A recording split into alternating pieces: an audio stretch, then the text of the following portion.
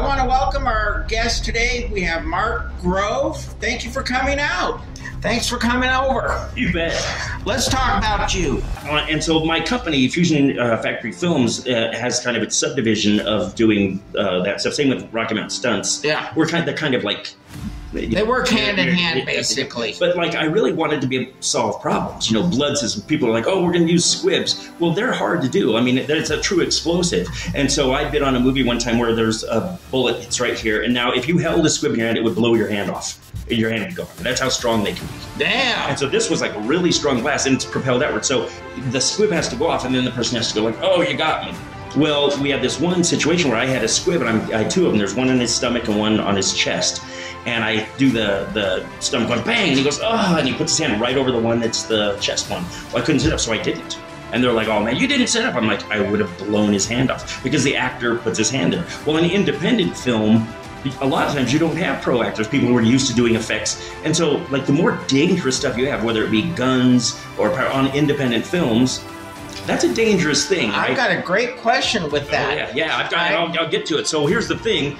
Safe ways, solve a problem, pneumatic effects, all sorts of things that I've created. I have these amazing things now in my system that nobody else has, to do blood effects, to do all sorts of stuff. How about guns on the scenes with our recent accident we've had? Well, you know, a few of my people were on that movie. Okay. And they weren't there during that shooting. But, you know, I think about accidents. You know, nobody prepares for an accident, right? You can get insurance for your car, but you still might get in an accident. You know what I'm saying? And if you did something, you know, hit the brakes, whatever, too close, all those things happen. That's why we call it an accident. Yeah. And so even though that's an accident on set with a gun, I mean, the millions and millions and millions of bullets that have been shot in Hollywood since the beginning of time with no problem. But, you know, there are those few that have come into play. And, of course, instantly people will say, like, it's the fault of the guns. Well, the guns are dangerous, right? So let's just take that out of the deal. Yeah, that's not even a part of the equation. Most weapons that you'll notice, like the automatic weapons, like handguns that have a slide, those, in order to make that slide work, they have to partially plug the barrel so the gases can do that. So you can't shoot a revolver. Most of the time they happen from a revolver. Yeah. Because a revolver doesn't need any changes. You just put a blank in it and it fires, right? So the problem is a lot of these people still just go, okay, cool, let's just use a blank. Well, then when you look in the cylinder, you'll see that there's bullets. And so if you don't, so they have to have that bullet in there. So a lot of times they'll take those out, and then that bullet might end up getting lodged in the barrel, and then a blank just shoots the bullet at you. Whatever the case may be, super dangerous. So I made the commitment to go to all gas-powered guns and electric guns. I don't use any guns now. I donated all my blank guns to the Denver Center because they still use guns on stage. And so I just said, here's all my guns, thousands and thousands of dollars worth of guns. And I donated because I don't want to sell them to people because then they're just going to do what I was doing. Sure. And so I have to look at it as a loss. If I'm trying to keep people safe, but then I just hand those guns off to somebody else, probably who doesn't understand how to use them because they're just excited to buy blank guns, probably independent filmmaker, they'll do the same thing. So I got rid of them. I decided to go with that, but mostly just to appease the outcry because people don't feel safe. And if they don't feel safe, I do not want to intimidate them by saying guns are good, you know, not my vibe. I don't want to come off that way. But I personally, when I'm shooting the gun, I like the gun going off. I like the bang bang. The feel, I like the feel of the emotional content smell, as an actor. the whole thing. And I'm sure a lot of actors do, and a lot of other actors don't. So this kind of solves the equation. Yeah. I just put it there. But then, you know, my company Rocky Mountain Stunts, you know, we provide stunts for movies. Obviously, coordination, personnel, guns. I have tons of outfits. I have a dozen full FBI and SWAT outfits. I've got, you know, so I have all this stuff that I've acquired over the years, AK-47s and like a whole arsenal of all these great prop weapons that are non-firing that we use all the time. I mean, it's nonstop, and air delivery systems where I can do like ricochets of bullets and anything you can think of practical effects wise, I can pretty much so do. That's awesome. You've had a fun time, it sounds like to me. My entire life has been an adventure. I mean, that is wonderful. I've never worked for anybody. You know, that's even better. I created my own career from the beginning, and I've never done anything else. So I think that's a bonus for sure. What do you have in the future? What kind of projects do you have? Do you have any books or anything coming out? You know, I am writing a book. I'm writing a book called the Black Belt's Guide, or the Martial Artist's Guide to Working in the Film Industry. Oh, okay. And so it's quite in depth because I know, you know, that industry. I know all the top martial artists that have made their lives in the business, and so they really inspire me because they've taken their art and they've taken it to that next level. And then my next movie is going to be in the spring. It's called, get this, Kung Fu Hatchet Man versus the Zombie Horde from Beyond Space. That's wonderful. Okay, now here's the little joke about this, right? So I was at AFM and I'm selling a bunch of movies that are all complete and some of my own that are halfway through, whatever. And then I always like to test ideas. And so I created a movie poster, the whole thing for this, and an outline for what this movie would be. And I do it just to fill my deal with like potential ideas. And I kind of got the idea from other filmmakers that have done it in the business as well. And I put that up there, and every filmmaker that I talked to said, "When can we get that one?" Wow, that's a good response. Very soon, you know. Yeah. Like, that's top of my list, you know. So So I'm like, that's what I'm making next, and it's going to be fun, full of monsters and creatures. I mean, I got the things I got, and I got Kevin Ward from he did Face Off, and he's making a bunch of monsters. Sure. I got tons of people on this shoot that are going to be so fun. The guy who's starting it. Did you ever see Big Trouble in Little China? Oh. Okay, so Big Trouble in Little China, John Carpenter film. I think it's like 30 years, 35 years now, whatever it was, but super popular movie and just so fun before its time. Sure. And so a lot of that same dynamic is going to be in this movie. A lot of kung fu action and mysticism and aliens and zombies. I think you need a guy with a mohawk. I'm just saying. Of course we do. Yeah, but your legs have to be wheels. I want your legs to be wheels. That would make it easier and faster. Yeah. All right. What is the future of ninja art? You know, that's a difficult one. You know, talking about the future of martial arts in general is, I mean, let's just look at martial arts as kind of like a fluid thing, and it goes through phases. In the 60s, you know, you had a little kung fu, right? Little karate. It was starting to come out, right? Maybe even in the 50s, like little bits in movies and such. But then the 70s, you know, we got Bruce Lee. Oh. Right now. However, I mean, the first movie that really opened up things was in New York, where they played Five Fingers of Death, and it really brought the ethnic audience. You know, brought everybody in. I mean, it was really nice, and so it really created a surge of popular movies within. And so when they brought Bruce's here, because he died, you know, early on in the 70s, and so, but those movies kicked in, and then all the movies from China just started like kicking in. So the 70s really had a lot of a big kung fu vibe, some karate vibe. The 80s were all ninja. I mean, from 1980 to the whole decade was that. After that, we had some Steven Seagal stuff where they said, "Oh, Aikido is the coolest thing ever," right? And that lasted a little bit of time, right? He's tried to maintain it, but you know, whatever. So it goes through this evolution. But then when MMA hit, everybody started really looking at the classical systems as being kind of like not any good anymore, right? Yeah. It's like, hey, what, you know, I just hit you really hard in the face, or I choke you, wrestling.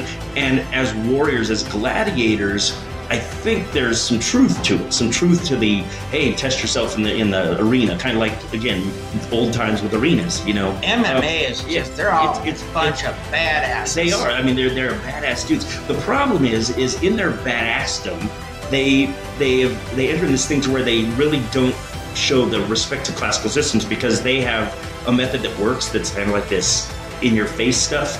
And so it's like I think they miss so much of the mysticism and so much of the origin and why weapons were created to fight certain armors and all the things that really create that classicism, but they don't view it as usable today. It's architected for today, and so it's discarded. And I think anything that's discarded is lost. And so I think traditional training is still really valid in the sense of maintaining, you know, some semblance of connection to the past. Yeah. Which is not easy to do. No, because again, it takes a lot of dedication to do. If you see the toughest fighter and they say, "I'm going to kick your ass," and they pre-tell you, you wouldn't be like, "Cool," you'd go get a gun, right? Because they're telling you. Every human being has the desire to protect themselves. You try and take a child from its mother and watch what happens. A mother doesn't have to be trained. No, she will go after you, right? Yeah. So humans, it's always about what you're fighting for, right? Yeah. And so, but if you're fighting for glory and accolades and money and all those things, you're going to get those, but you're going to get it at the expense of somebody else. So in order for you to win, you're going to hurt somebody really bad. Lose, right? And so that's why I really loved when I made the transition, because the ninja arts are wicked. They really are. I mean, you're taught to make poisons, for goodness sake. You know what I'm saying? There's things that are just really dark. Well, you're not going to go test those in today's world. Hey, I'm going to go test that. Let me just try this out on you. So in essence, it's all theory. You might still be able to do it, but your desire to use it doesn't exist. But when I make a movie, I can make any of it happen, right? And so nobody has to lose. We can show all those great fighting moves, all those great histories, all that great stuff, but we don't lose any people in the process. And so it's a great way to win. And so that was my process, my ability to turn it around. And I realized that ninjutsu and film were not that different. You know, it's like, because a ninja is a spy. He has to be anybody anytime. So thus an actor, right? Has to be able to do pyrotechnics and firearms. You know, it's the same. Disguise. Oh, I have to make myself somebody else? I can do that. So it's called the immersion into the illusion. And it's actually what I teach now. Because I have another company it's a sub-company of Rocky Mountain Stunts called Rocky Mountain Stunts Presents Warrior Quest. And Warrior Quest is my passion right now. Because what it is it's about learning many different styles. I just brought a guy in who does all European, you know, like medieval type fight, long swords, all that stuff. I want them to learn that style. I want them to learn a Chinese style, a Japanese, and then we adapt it to film. So they become well-rounded. But instead of just going, oh, here's how you fight. My process is this. You come in, you're a new student, you come in to train with me, and you're going to, and we have a 2-month session on a certain weapon or style. And I say, cool, we're going to now, there's these bags I have, and you pick from it, and it tells you a character type, like a knight or a rogue or a ninja or a kung fu, whatever it is, right? And that's who you're going to be. And then I'm going to assign you with a name, and you're going to get a background. And then you're going to train. You're going to come into training as that character.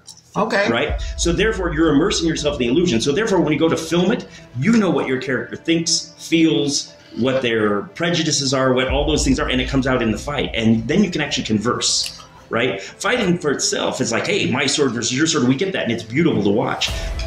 But the communication's here. Yeah. And so you'll tell the stuntman what he's supposed to say. Get over here. Oh, you killed my uncle. You know, you can give them a line, but they don't believe it. But if you give them that backstory and they immerse themselves, then they'll believe it. You've trained them. So now I'm training them to act. I'm training them for camera. I'm training them to fight. You see? Yeah. And then, I don't know if you've seen there's a new animation on Amazon called Vox Machina. A very fun thing, but it comes to these people who have a thing called Critical Role, huge on the internet, where they play Dungeons and Dragons together, and then they use those characters to create a show. Okay. The same kind of thing could happen with this kind of training, because you could train a bunch of people, and then you're like, just take those characters right into a show. Because they've done it in depth. And so I really have a strong process in this whole teaching phase right now. That's kind of a cool way to do it. And it's easy. warriorquest.com. Let's get into that. I want you to give us every which way our audience can reach you. Hey, I'll tell you what. I have, I used to have all my websites in separate places. Then I decided, you know what? It's all me. And so I created markgrove.com. Okay. And so when you go to the page, you can get to any of the pages: Fusion Factory Films, Warrior Quest, Stunt, so on and so forth. Or all of those pages have their own websites too. You know, RockyMountainStunts.com, FusionFactoryFilms.com. They'll still take you to the page. So, but it's all in one place. So people can really get a good look at our whole plethora of things. I like wrestling, and I like the WWE and all those guys. I hear you're going to have a really good story about all that. Well, back in the mid 90s, I did a show called Three Ninjas, High Noon at Mega Mountain, and it starred Hulk Hogan. And so Hollywood Hulk Hogan. That was at the time too. That was Hollywood, and he was playing a great character, kind of a Dave Dragon. He was kind of more of like a Power Rangers type vibe. But he was a TV show, and it was getting canceled. And so he was kind of like down. He was doing a live performance at a park, and the kids find him, and then the whole ninja thing happens. Pretty fun. But yeah, so I had to do this fight scene with, I did multiple fight scenes with him, but I was standing on a deck, and he comes sliding down a zip line, and he kicks me and knocks me down, and then we have this whole fight, and then he's supposed to grab me, headbutt me, and pick me up and throw me over his head. And he goes, do you know how to like mount? I said, you bet. So he, no problem. So then the director comes over and goes, okay, I want you to put your head here and your head here when you do the headbutt. Hulk Hogan and I go, that we could hit each other's heads if we do it like that. He goes, but that's where the camera is. That's where I need it. We went, okay. And so we do it, and he's like, oh, it's not working. So this one time Hulk comes, and he just gets me, right? And so it's like, bang! Yeah. And then Hulk and I look at each other and go, let's just do it right. Yeah. He said, you know what?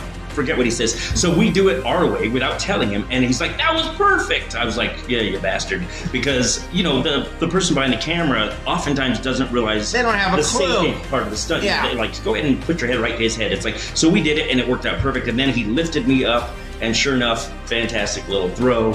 Then I did another one. I fought it multiple times in different phases in that because I doubled kids. I played a ninja. I played characters. I played 15 roles in that movie. And so I was constantly messing with him and Jim Varney. Remember Verb? Oh, yeah, Jim Varney. Of course. Great guy. Super intelligent. But anyway, so Hulk and I had a great time. We hung out. I ended up going out with him all day. Well, here's the reason that happened. They were doing the WWE promotions while we were shooting the movie.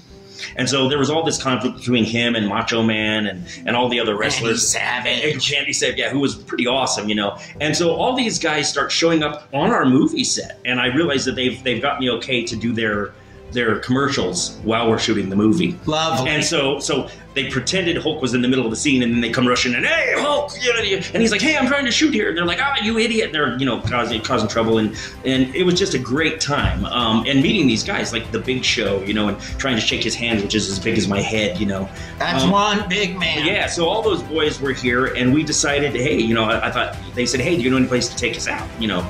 And I was like, sure, you know. The actress Lonnie Anderson was in the movie, and I was teaching her to shoot an AK-47. She was just going through her divorce with Bert, and so her makeup artist goes, bet you wish you had a real one of those, and she's like, yeah, and I'm like, oh, shit. Yeah, you know, I'll take that gun back now. So anyway, so we're out on the railroad tracks, and I'm teaching her to shoot and things like that, and then I get the call that the wrestlers are waiting for me, and waiting for what? You know, saying, because I said I'd take, but my brain wasn't thinking that. So they had all finished, and they're like, let's go out. So we went out, and I took them all over town to, you know, party places and strip clubs and all the things that they said they wanted to do. These weren't necessarily my locations, right? So I was basically asking a couple of my friends what are the best places and things like that, because I didn't go there. And so we had a blast. An absolute blast.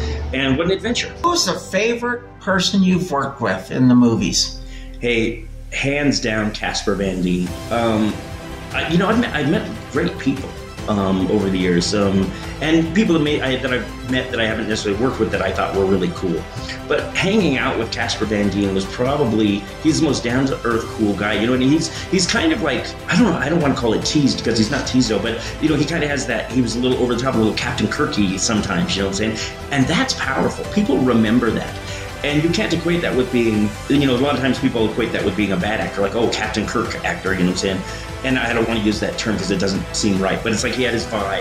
Yeah. And it's so good. He's got like that chiseled jaw. I mean, he's like a perfect little action figure. And I just don't think he got the chance to do the things that he could do. I mean, when he did Tarzan, he's done lots of things. A lot of movies. You know, and he's so good in them. And I just, you know, he's underappreciated. Yeah, and you just clicked with him because you probably think alike. Yeah, exactly. Well, what's neat is, you know, my 9th grade self imagined a person like him playing the character that I had written in my script, you know, and so yeah, it was like meeting an idol. He was a great guy. Yeah, that's awesome. You know, and so you know, and I can't really give that idolship during the movie, because I'm his boss. I'm sure collaborating with him to work, so I don't want to give him that. But after the fact, you know, I follow his career and I stay in contact. And I talk. So yeah, really nice guy. That's awesome. That's awesome. Yeah. All right, one Shihan story. Give us something good. So I was. Jen used to draw a lot. The art was fundamental, but he gave me 2 separate things that were drawn scrolls with the all done with Japanese writing, all these things. And he said, here's 16 kotoryu techniques. And kota is a K-O-T-A, right? And it was the system that he taught for ninjutsu. And different from mine, but he said, here's the 16 fundamental techniques that I'd like to share with you. And he said, but they're all in Japanese, so sort of thing. You see the drawings. He goes, but I'm not going to tell you what they are. I want you to decipher them. Boom. Right? Based on just the drawing. Yeah. And come back and demonstrate what you think the technique is. I was like, okay. So I went and I did my version of the 16 techniques. Yeah. And some of them I had a couple variables too, where I was like, I think it could be this or this. He said, you've interpreted them from a picture and you've given them life. And I said, so was I right? And he said, absolutely. And so it didn't even matter, probably. Yeah, you know, and it was the fact that I had broken them down and I demonstrated them with another fellow student that was one of mine. And he's like, you did a great job. You did a great job. And so at that point, I still have all those things written and ready. It's like I could just put them in a book. And you know exactly what they are now. Exactly what they are, Yeah. So it's like, oh yeah, and then, yeah. It was just one of those things where it was just. I think he was testing. Was I able to decipher martial skill? Yeah. And since I was, I think that really told him something about. Yeah, he wanted to make you demonstrate that your mind can overcome an obstacle. Yeah, so it's not just given to you. You have to work for it. Yeah, so it was a great time, and I still have all of them to this day. Give these kids today a life lesson that would help them go further in the path they go. Well, anything about path is consistency, right? I guess the statement that comes to mind is the mountain must be conquered before the valley can be savored.